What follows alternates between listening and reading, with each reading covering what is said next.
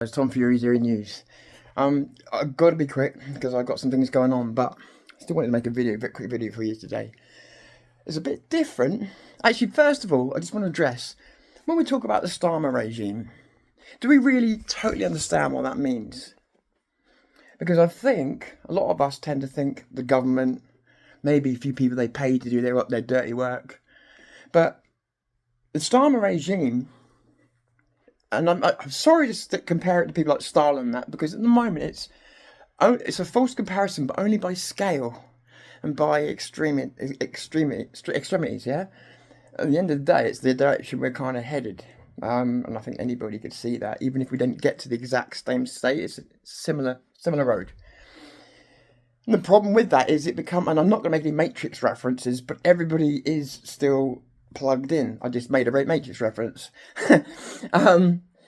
But in all seriousness, you've got the people on the street that they're paying, who have got, probably half of them have got no real political ideas of their own. The people that I've spoke to on the streets that they put out there, they don't even know why they're there. This idea that they're being paid and then it's a conspiracy theory. No. I've got them on camera telling me they're paid many times, multiple times. There was a guy called, do you remember, people used to call Drunk Steve, who used to always be outside of round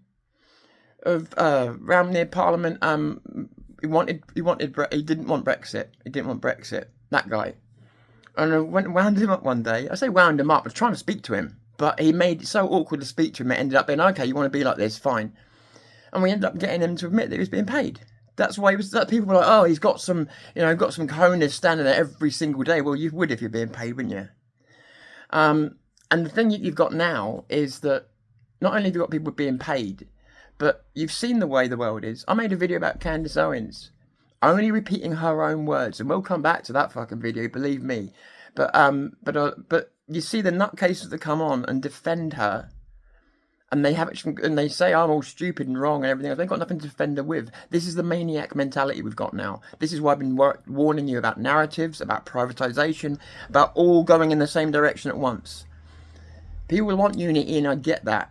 But different ideas are good. Different ideas are how you get the cream to float to the top. That's why the right is supposed to be about individuals, not identity politics. But I'm going off course. Back to Starmer. So that means that there's people now. You know how many people out there are either fucking socialists or do-gooders, part of the certain community, part of the message, yeah? And they all believe they're doing good. They really do. As a result, they'll phone on their neighbours. They'll dob you in at work. There's a whole network of people doing this for free. The Starmer regime isn't just his government or even his paid people that he's got. The Starmer regime filters down into the very society we live in, the very people you live next door to. If they believe in Starmer, then they're probably going to be... Politics now, I'm reading more and more about so many families now breaking up over politics.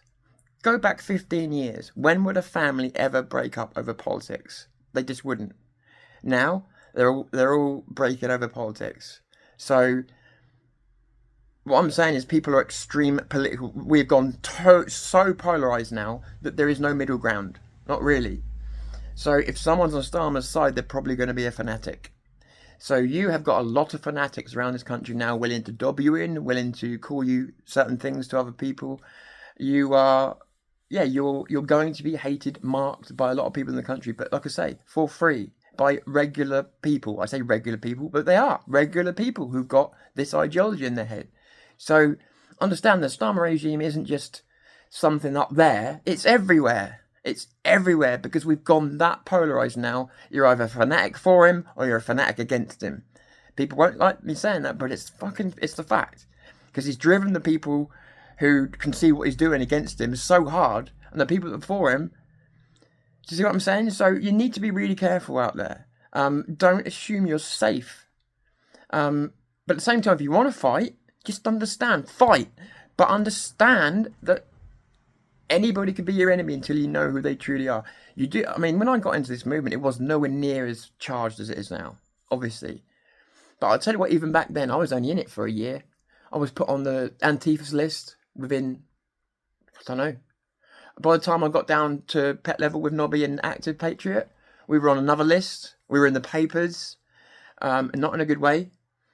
Then I turned up in London. The police started saying hello to me by name, just to let me know they knew who I was. I mean, on and on and on. That was back then.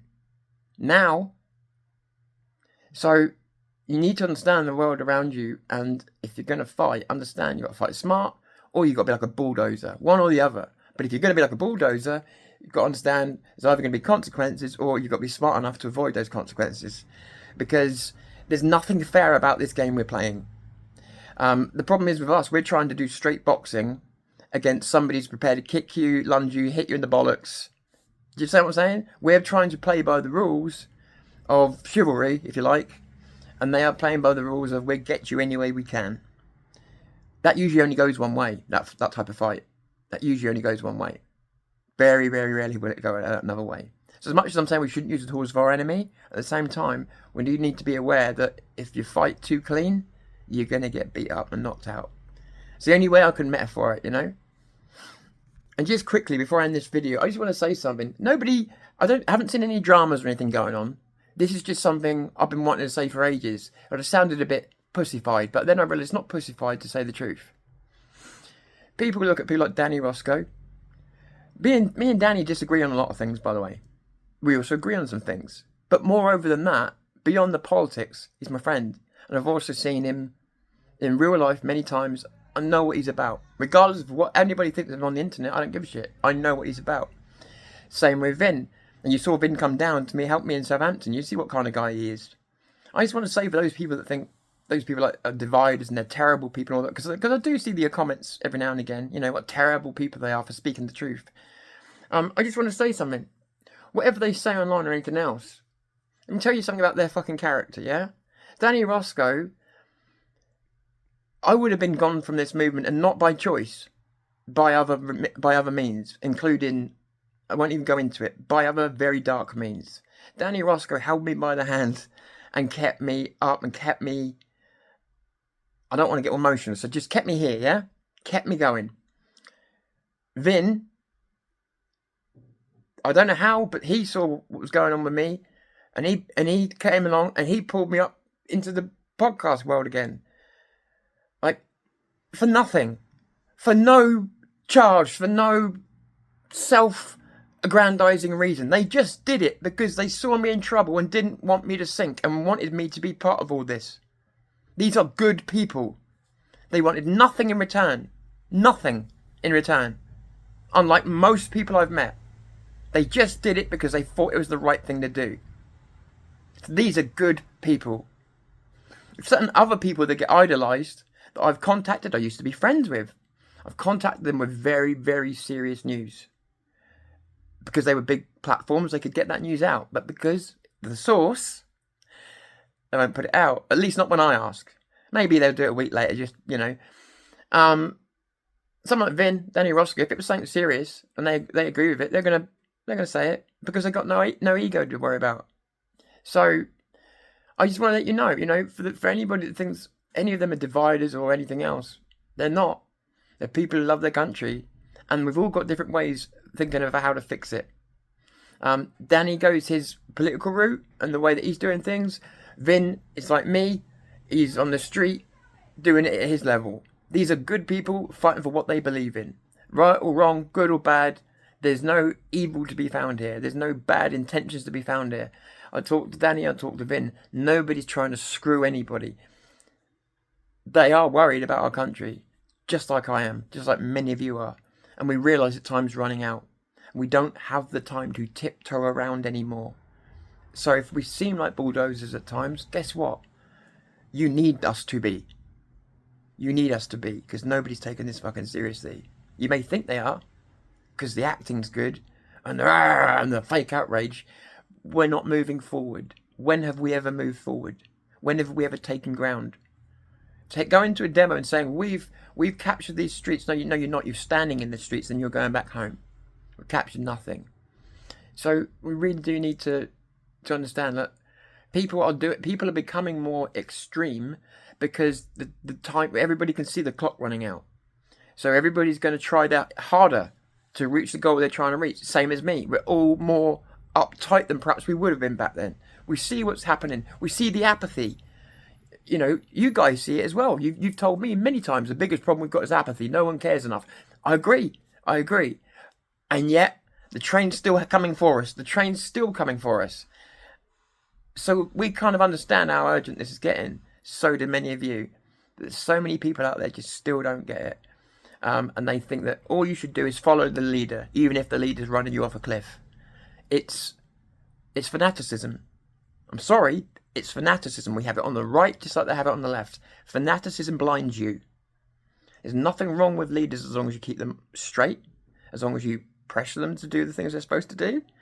There's nothing wrong with leaders, but when you blindly follow, you will go over the cliff with them if they make a mistake. That's not their fault, that's yours and mine. So it pays to question things. Not be an arsehole and say everything's wrong, but it pays to question things. That's what we're fighting for. To be able to think critically about things, not to have someone do our thinking for us. But then we go and join the movement and we throw our thinking away. No good. We need to be thinkers and doers, not watchers and followers.